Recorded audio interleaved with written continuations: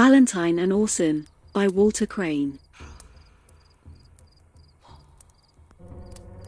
Once on a time an emperor, a man of might and fame, married a wife, and fair was she, and Belisant her name. And fair and happy were their lives, until an evil man, he was the high priest of the court, an evil tale began, of how the lady was not true unto her husband dear. The emperor believed the tale, and rose up in great fear, and drove poor Belisant away, in haste and dire mischance. She took her way to Pepin's court, her brother, king of France.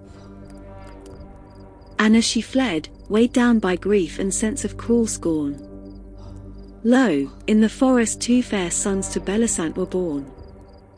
But while her servant went to buy some food, a great she-bear came up, and carried off one child unto her distant lair.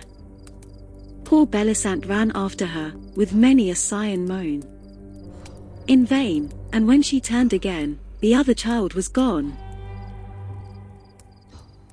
Now, Pepin chanced that very day to hunt with all his train in that same wood, and found the child ere she came back again, and took him home, and brought him up, and gave him all things fine, apparel, horses, and a name, so he was Valentine. And brave and fair he grew, King Pepin's daughter loved him well. The sons were jealous. Now will I his brother's story tell.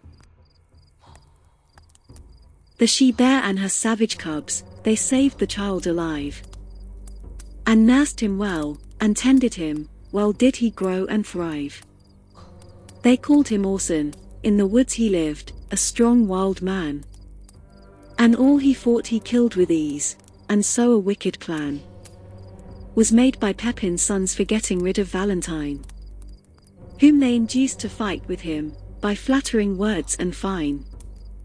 But Valentine was conqueror, and Orson owned his might, and served and followed him always, and they were squire and knight.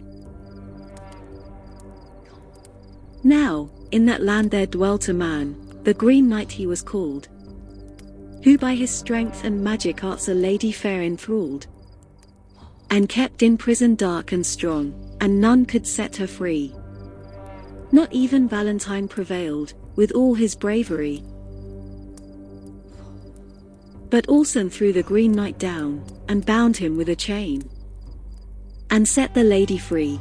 Both brothers then start off to gain the Green Knight's castle gates. 2 roaring lions kept guard there, but down they crouched when they beheld the brothers void of fear. And there within the castle hall they saw a head of brass that uttered marvels of their birth, and how it came to pass, how in a convent lonely was their mother Belisant, how the king and queen of France were their uncle and their aunt, how the high priest had confessed his lies, with many tears and groans, how the emperor, their father, was in search of wife and sons. So the lost were found, the wrong made right, by all good rule and line.